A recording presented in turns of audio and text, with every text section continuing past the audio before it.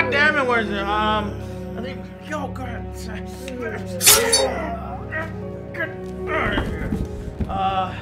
That's good. No, yeah, this way. Ah, God darn it, I think it's this way. Or maybe it's, no, I think it's, yeah, it's gotta be, whoa, no, wait, no, I think it might be that. Please, haven't you done enough damage? Oh, God. What are you doing anyways? Just trying to get to the diamond room. Well, why don't you just ask me? Oh, well, where's the diamond room, sir? Jesus Christ, it's 2 doors down that way on the right. Okay, well, where do I get the diamond key?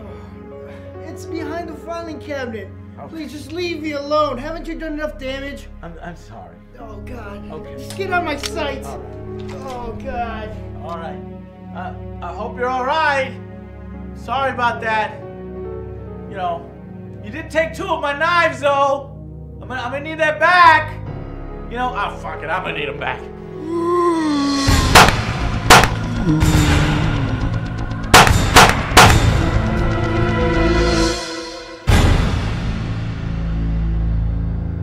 Resident Evil 2.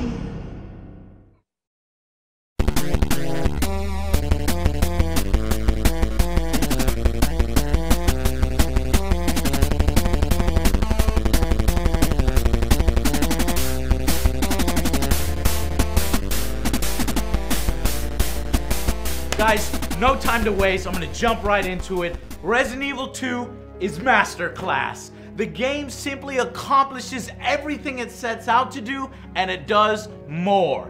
If you haven't yet, you should go out and buy it right now. I full-heartedly recommend this game. It is a safe buy with a badass seal of approval. In fact, it is now one of, if not my most favorite Resident Evil game. And you already know how much I like Resident Evil 7. Be kind, rewind!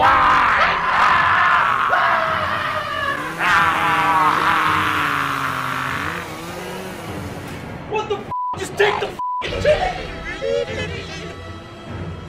This game returns to its absolute roots, obviously being a remake of one of the best survival horror games of all time. Like actual survival horror. There's no quick time events of giant boulders.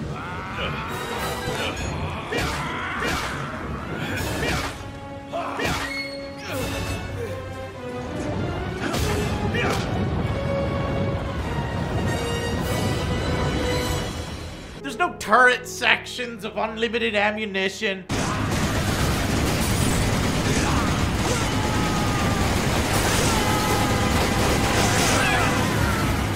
Just good old-fashioned terror. Look, yes, technically, it's another zombie game, Joe. Hey, Joe, you want to play the zombie game? No, I don't want to fucking play another goddamn zombie game! But it's not just another zombie game, it is the zombie game. Kill me. It's what helped popularize and pave the way for all these zombie games that have come out since, and for that it deserves special recognition for doing it so well. Go away! I'm trying to review! Do you want to play them? Yes, I do want to play it!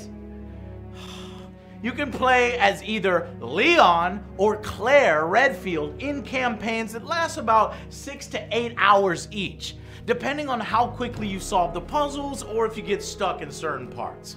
Once you finish with, say, Leon, the campaign that I started with, uniform or not, you do not hesitate. You take it out, or you run. Got it? Yes, sir.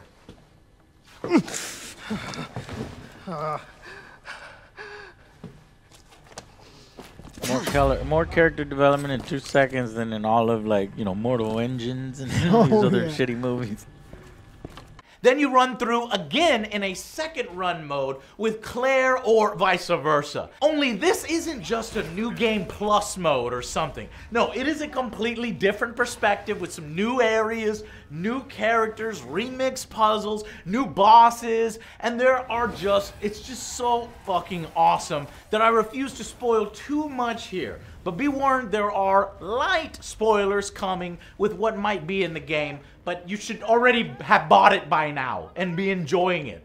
Now, sure, okay, there are some common sections in these two playthroughs that play out almost exactly the same, and that kind of sort of confuses me. Like, how are we doing this when Leon was already supposed to have done it? Claire, doesn't really make sense, I guess, unless I'll be parallel right there. universes. But it's new enough that if you don't play them, you'll be seriously missing out on a lot of story and the true ending that you get only at the end of the second run.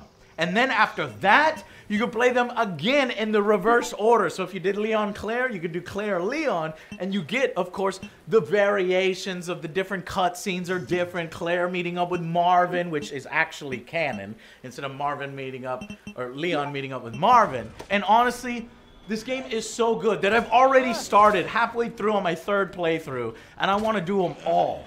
You'll definitely want to run through it all 4 times. And that will give you a good 28, 30 hours of just really high quality, tension-filled gameplay. And trust me, it is tension-filled. This is survival horror at its best. Whoa! Was that her? Yeah, that's her. They got some good zombie voice acting in this. That's the best zombie. Joe, already? Come on, man. Joe! Come on, I thought man. this was gonna be like quick action. No. Come on, man. First off, you're gonna need to learn how to navigate around zombies, as it's extremely wasteful to just try to kill everything in sight. And what you do is you end up leaving zombies in places. And that kind of leaves these little dangers around every corner when you go to and fro in the police station. What? We're being overwhelmed.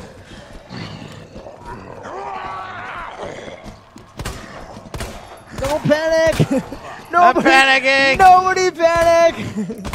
Just stand in a straight line. I can afford to use more bullets. Oh God. You have to manage your very limited inventory space that aren't expandable over the game, but just so precious few spots. Many modern gamers might be frustrated with this inventory mechanic and say it's bad, but no, here, this is how it's meant to work. It makes perfect sense in this game, and it heightens the tension, forcing you to make grueling decisions between discarding an item forever or just running back through a gauntlet of enemies just to store something in the global storage unit. I loved it.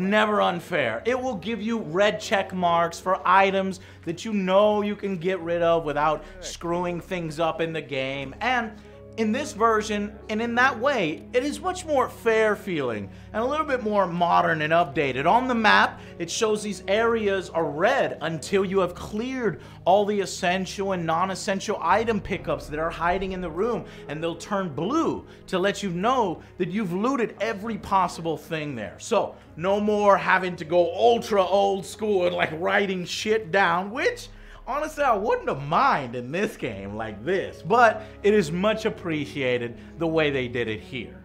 What is that? Gunpowder. Combine. Now I got 2. Now we can combine. Bam. Inventory management on point.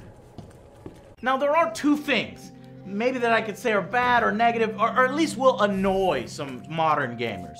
There's a bunch of backtracking, and there's a timer mechanic. For the first, the backtracking, you'll have to realize that this is a game based on an older design in the 90s. Backtracking wasn't a negative thing as much then as it is now. However, the reason why backtracking sucks now is because it's so fucking lazy. But this backtracking, it's done correctly, showing that this mechanic can be an asset to the game rather than a restriction or lazy game design. And I actually didn't mind it at all. You slowly learn and become familiar with the police station, and I exchanged stories with OtherJoe where we got lost or where we could find various things. The design, the level design, it's just superb. Now, the second one is the timer mechanic. It's actually, to me, I like it. At a certain point in the game, you're gonna be stalked by a huge, imposing creature, tyrant model, Mr. X, whose only purpose is to maim and kill you horribly. This forces you to run through the station in certain areas, quicken your pace as you hear these loud footsteps approaching you. It is fucking terrifying and oh so fun. And I usually hate timer mechanics like these, but this just feels so appropriate. It feels fair, it's an asset like I said, and there are a few areas in which you are completely safe that I discovered. While you do like an essential puzzle, or if you run into, real quickly, a save room, it seems like Mr. X can't seem to enter those.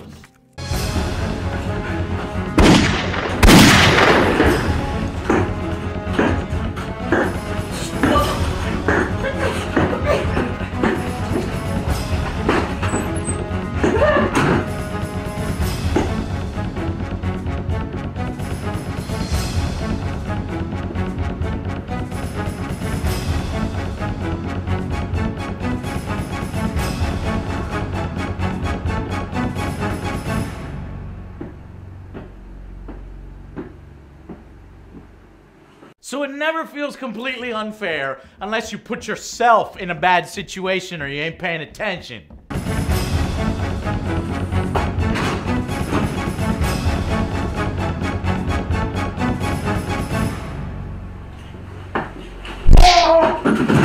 And in this new remake, like I said, they mix up the puzzles from the original. There's some variations on the creature designs and bosses that we know and love. Of course, that iconic Mr. X. And did you know there are secret variations of him that you can discover? Like Mr. Axe, Mr. Tex, Mr. X, Wing fighter pilot? No. Professor X? And of course, Mr. Sex. Okay, so I'm just kidding about those, but there are some prizes and some boss battles within the game and some new looks on some enemies. So, I gotta say, all positive stuff so far. But maybe one potential negative is when you might get lost. You may not know how to solve a particular puzzle or what to do. I got lucky as I didn't need to use a guide but once.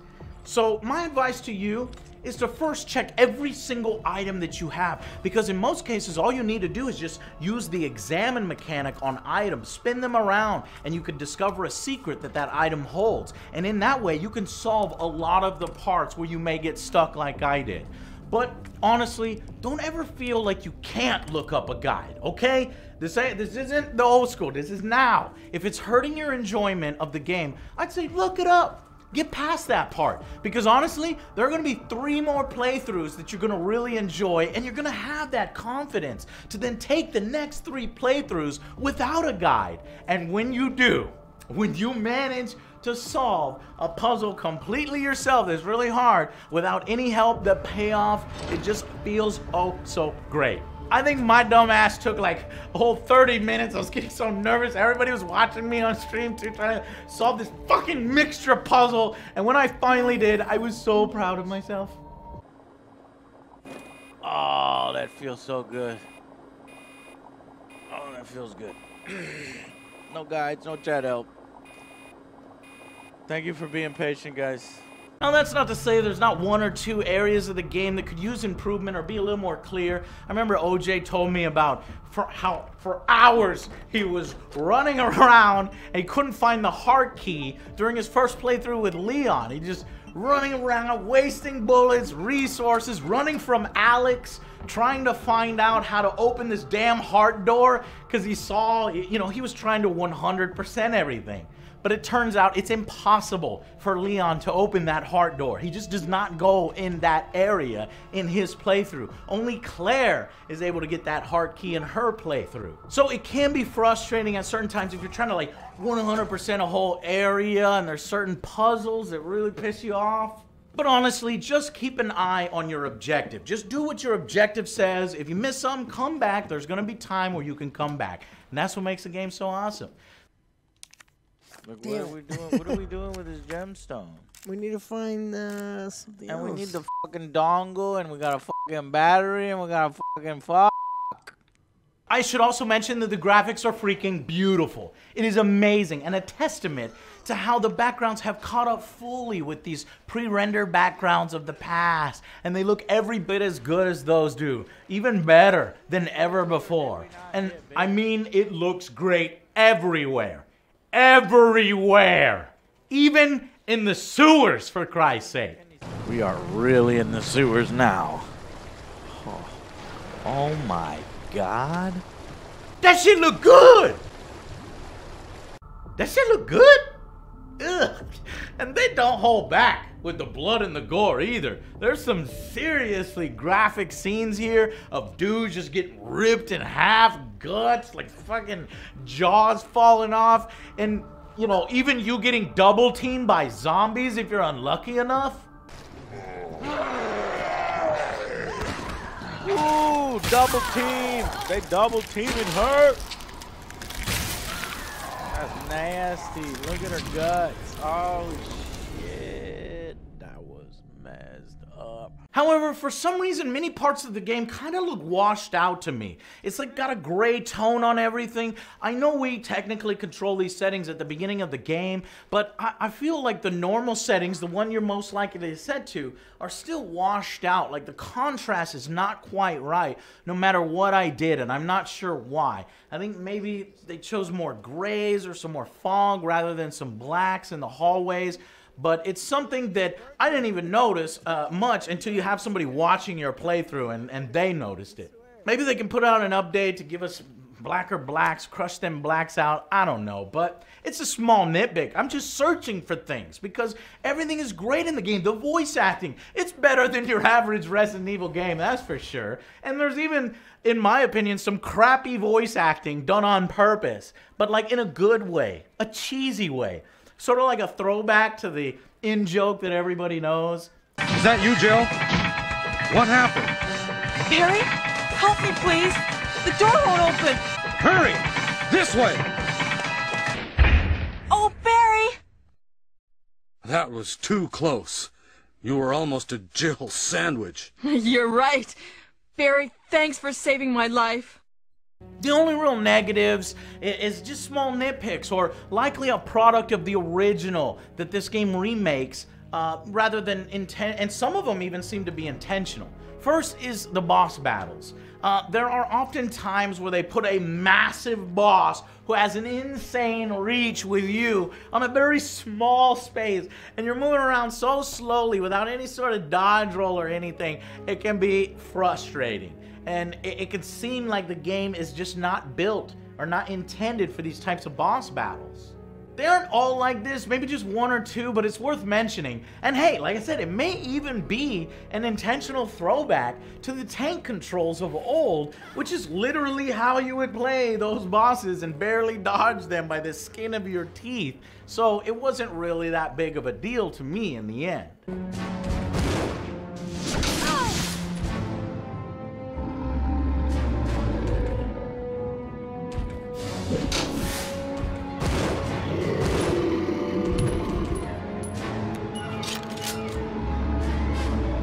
But one thing I can say is the story. It's, you know, granted, it's a remake, so it's based on the older story, written in the 90s and condensed for a video game of that time. But it seems like they could have had a good opportunity here to expand on some of those scenes or improve on some of the story in its weaker parts.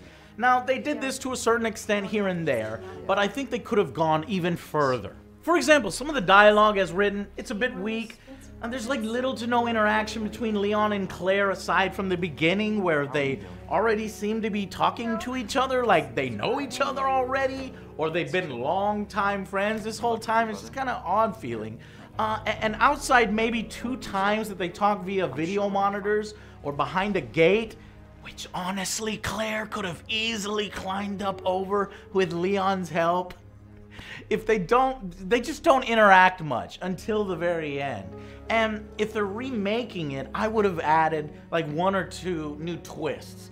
I would have liked a bit more intersection here, and maybe even a cooperative bit or 2, as they had in Resident Evil 0. Not 2-player cooperative, but just, you know, Leon going with you or Claire going with you. Besides those small nitpicks, I felt the story was pretty awesome. I loved discovering the deepening plot of Umbrella and what was behind this outbreak in Raccoon City. Well-paced, well executed, it still works after all of these years. The franchise that helped solidify zombies, I'm gonna call them zombies or zambies, so that way I don't have to listen to Joe no more. If I want to play a zombie game or a zombie game, sure, not no zombie game, alright? Hey Joe, you wanna play the zombie game? No, I don't want to fucking play another goddamn zombie game! Capcom has done a masterful job bringing this classic into the modern era. And that's why my final verdict for Resident Evil 2 Remake is a 9 out of 10 with a badass seal of approval. And in time, this may even be a 10 out of 10. Consider that even after the 4 playthroughs, you still have a whole nother mode, the 4 Survivor mode, where you play as Hunk, who is trying to make it out on limited resources.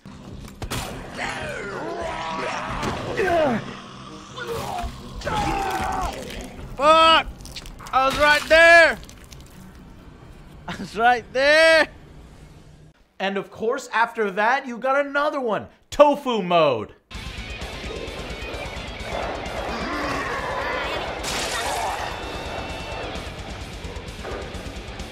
Yeah, don't ask.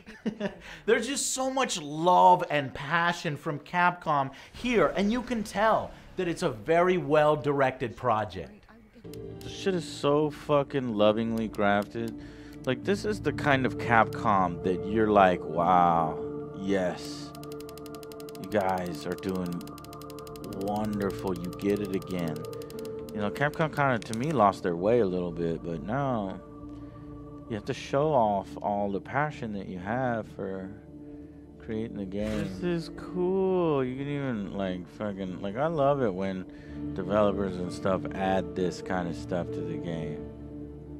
And even more good news, as if all this wasn't enough, there is free DLC planned with 3 more stories of other survivors who are trying their best to make it out of the city too. You know, this gun shop owner, the mayor's daughter, who you both might recognize, and a forgotten soldier. Now that is how you do it, Capcom. You know, I was so happy with all the content in this game and the free DLC coming that I even went out and bought some paid DLC. This is how you do downloadable content. Yes, it is kind of annoying that they charge you $3 for the original soundtrack and the right to play the classic Resident Evil name call out. Resident Evil 2. Come on, that should have been there, whether you bought the pack or not.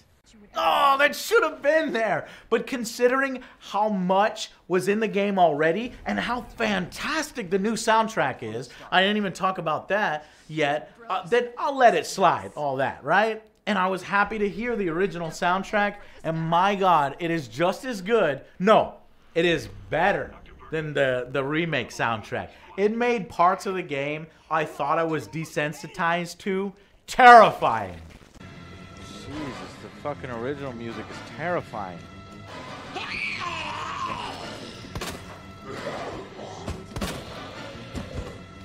Like, I can't fucking concentrate. The music's so terrifying. I even know my way around, and I'm fucking losing my way because the music is fucking with my heart. I'm happy Capcom has seemed to find their way here and are reliving some of their greatest moments in the greatest way possible, sharing with modern gamers one of the instant classics from the past in the best way imaginable. Fantastic work, guys. I just wonder if we're gonna see a remake of Resident Evil 3 like this next. But whatever they choose to do with Resident Evil, I'm waiting with intense excitement. Until then, I'll see you guys on the next Angry Joe Show.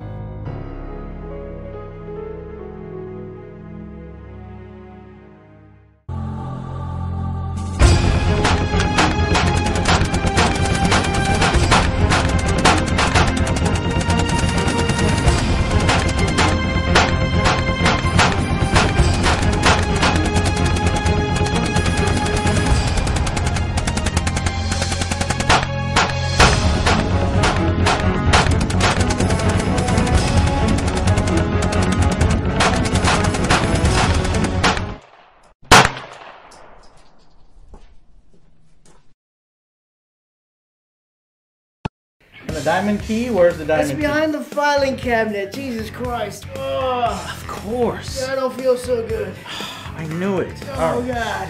I'm really sorry about that, sir. Please just leave me alone. Okay, well, you know, you kind of did come after me first, and you got my knives. You did take two. You know what? I gotta get my knives back. Okay, come over. More! More! Okay.